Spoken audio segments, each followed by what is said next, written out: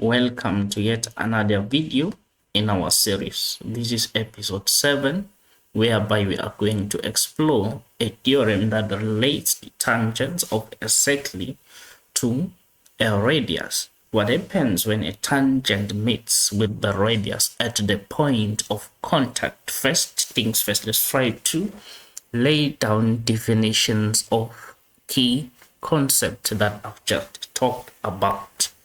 I've talked about tangent. I've also talked about point of contact, and then I've also talked about the radius. Now let's try to define the following, these terms rather.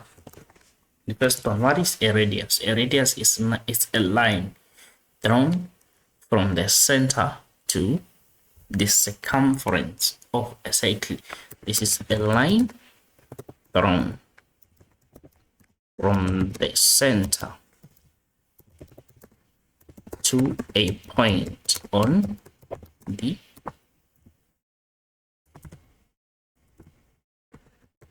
circumference of a circle.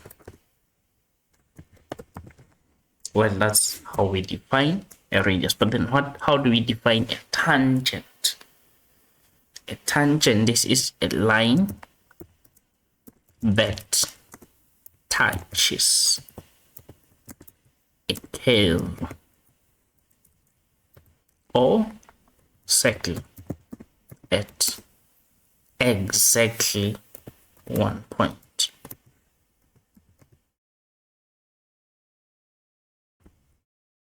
At exactly one point. Now the key, or rather the term point of contact, let's just leave it at the moment. We are going to define it in the diagram. Now let's just draw a circle.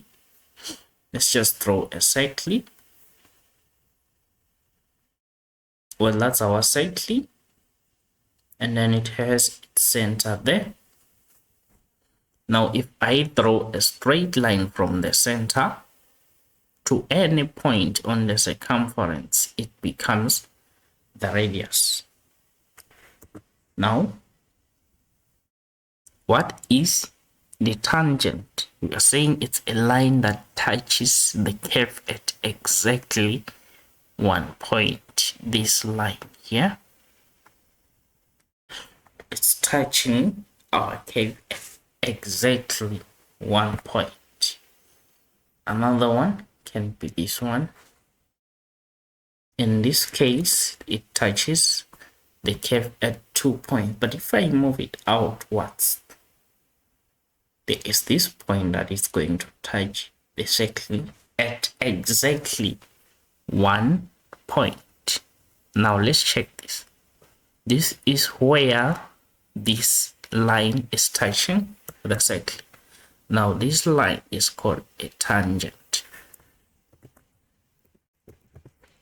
Why? Because it touches the circle at 1 point. That's why we call it a tangent, because it touches the circle at 1 point, this point here. And then this point here is what? It's the point of contact.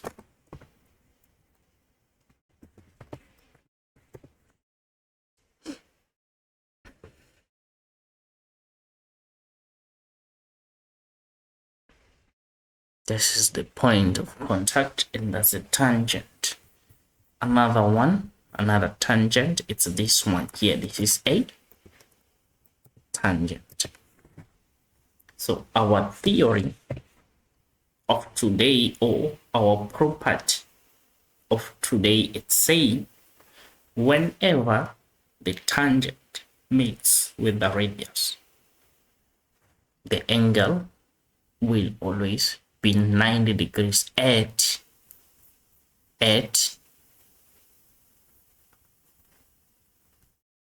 this is very important. It's going to be 90 degrees at the point of contact. Now let's try to draw that so that we can see it clearly. This is our circle. That's the center of the circle.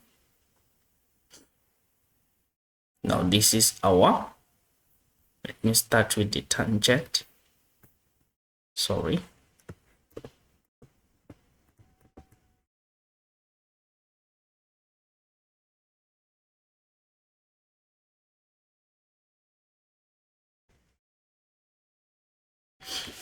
Now that's our tangent, and this here is the point of contact from the center to the point of contact there. The angle between the tangent and the radius will always be 90 degrees. That's our property for today. When a tangent meets with the radius at the point of contact, which means this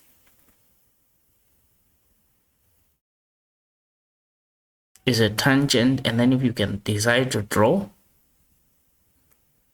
a radius, it's not meeting the tangent there.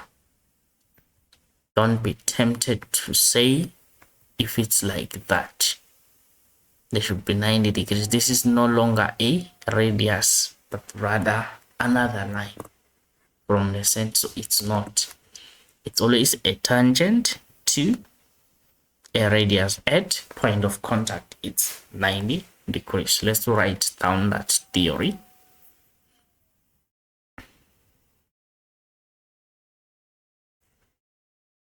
The angle between,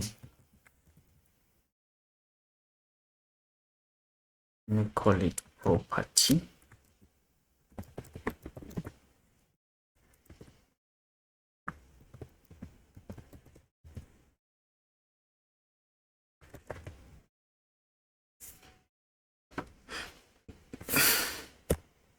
the angle between a tangent and a radius is always 90 degrees at the point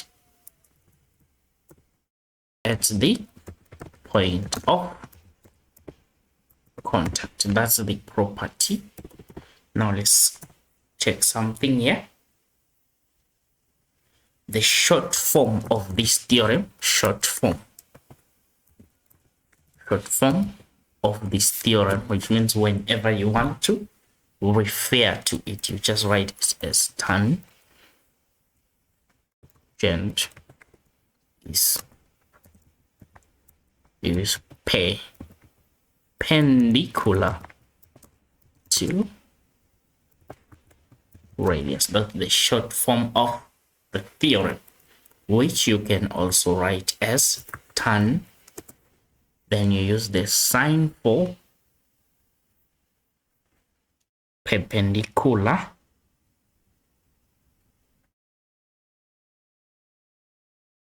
Well, that's it. The sign for perpendicular. Tan, it's perpendicular to right. Like that. This is the short form, and this is the full form of the theorem. Now let's do something real quick. Let's go and check if is that thing really true on GeoGebra. Now this is our GeoGebra here. Let's try to draw a radius. Now this is our radius AB.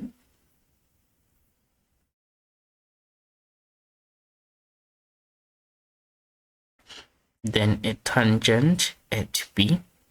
Now B is our point of contact. So the property of today's theorem is saying if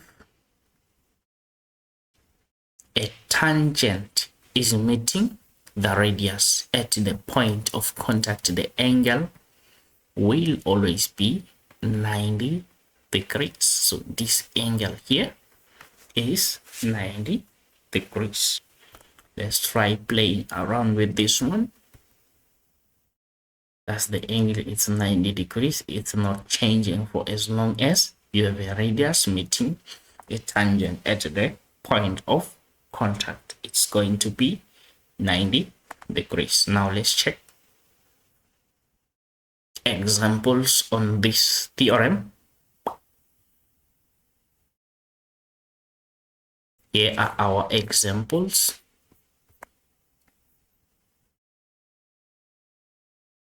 Now this is the first example. You are required to find the values of x and y.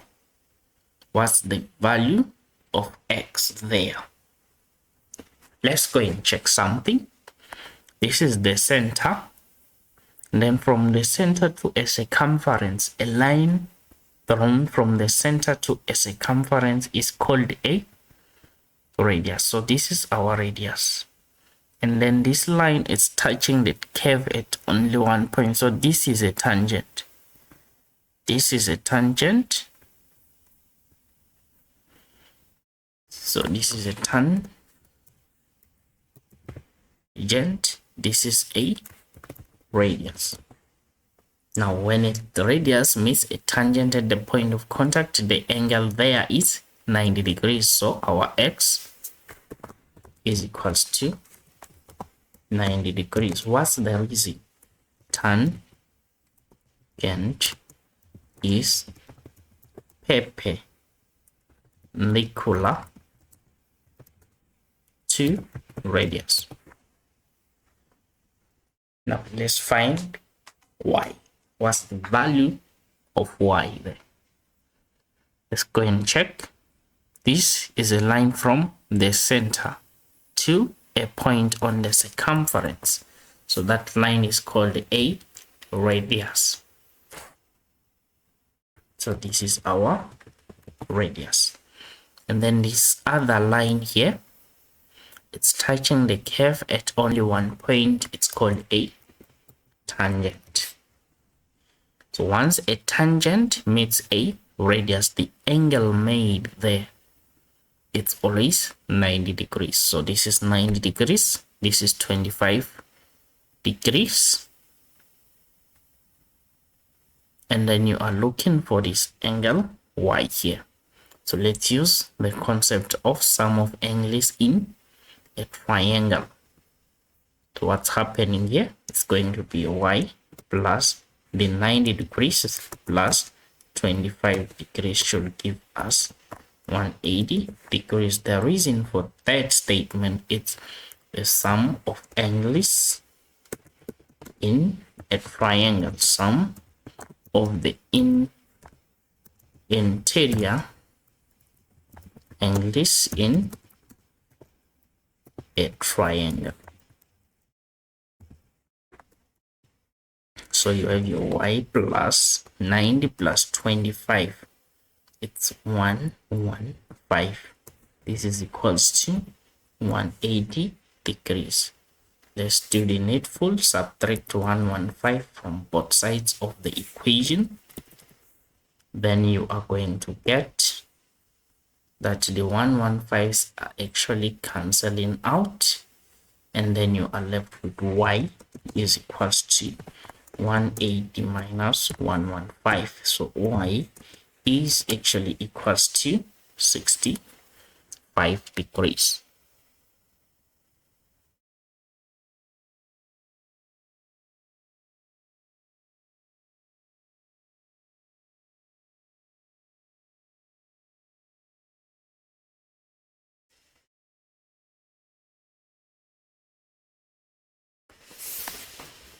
So that's the value of x and y. Next example. For this example, we are linking more than one of the theorems. Obviously, the other theorems that have been linked to that will help us in finding the value of x, they are theorem from the previous episode in our series. So let's check here. What are we looking for? We are looking for the value of this x here. And then what do we know? We can see that this line is a tangent because it touches the circle at one point. This line here is a tangent, and then this line here is a radius. If this is a radius and this is a tangent, this angle here is definitely 90 degrees. So for us to be able to find the value of x, we should first know the value of this angle here. What's the value of that angle there? Now let's use the theorem from our episode 2. If you missed episode 2, please go back and check it on our channel, and then you will be happy to apply it even in this one here. So our episode 2 is telling us that the angle at the center is always twice the angle on the circumference. This is the angle at the center. Now this angle, it's the angle at the center. Now let's go to the circumference. What's the angle on the circumference? It's this one here. Angle on the circumference. This one there. So double this angle is equals to this one here. So this angle here is definitely 2 times 30 degrees, which should give you 60 degrees. Then you will easily use some of the interior angles of a triangle to find the value of x. Let's put it down in writing. So our angle DOB is equals to 2 times the angle on the circumference is DEB. Let's write the reason. Angle at center is 2 times angle at circumference. So our DOB is equals to 2 times 30 degrees, which is equals to 60 degrees. Then from there we have our x plus 60 plus 90 degrees to give us 180 degrees. Then you use your x plus 60 plus 90, it's 150 is equals to 180. Now let's do the needful. Subtract 150 from both sides of the equation, and then these are going to cancel out. Then you are left with x is equals to 180 minus 150. So x is equal to 30 degrees. Let's move on to the next example. Now this example was extracted from a past examination paper, and then you are told that this diagram shows a circle with center O. AC is a tangent to the circle. If this is the center, then OA and OB are radi. These are radius of the same circle.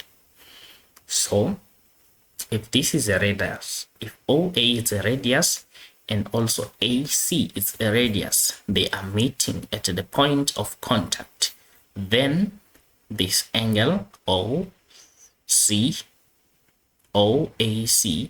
should be 90 degrees. So for us to be able to find the value of x, we must first know the size of this angle here. Now let's do something really quick here. So to find, let's try to extract. We have this triangle here.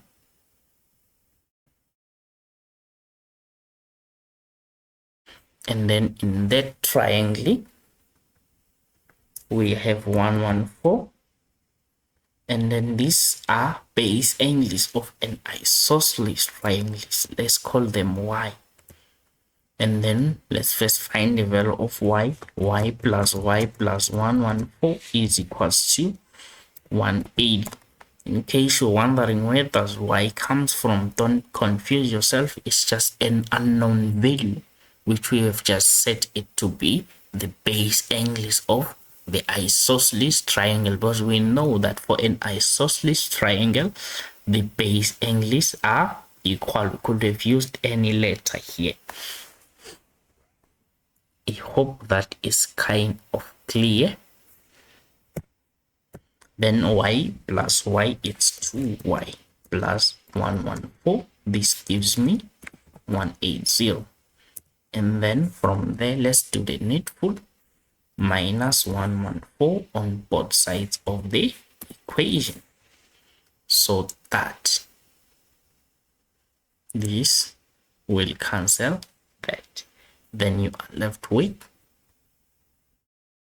2y is equals to 180 minus 114.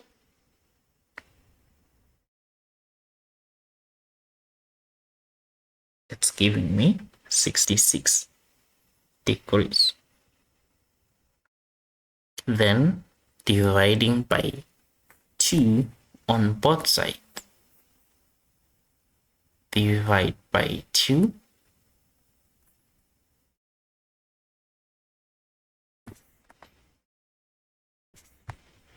Then on there, the 2's are going to be cancelled out, such that your y is equals to 33, which means here you have 33. Now because this one is 90 degrees, so x should be 90, take away the other 3. X is equals to 90, then we are taking away the 33, which is the other angle there. Then your x should give you a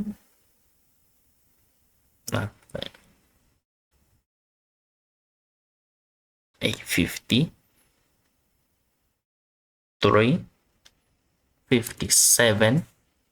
degrees. This is 57 degrees.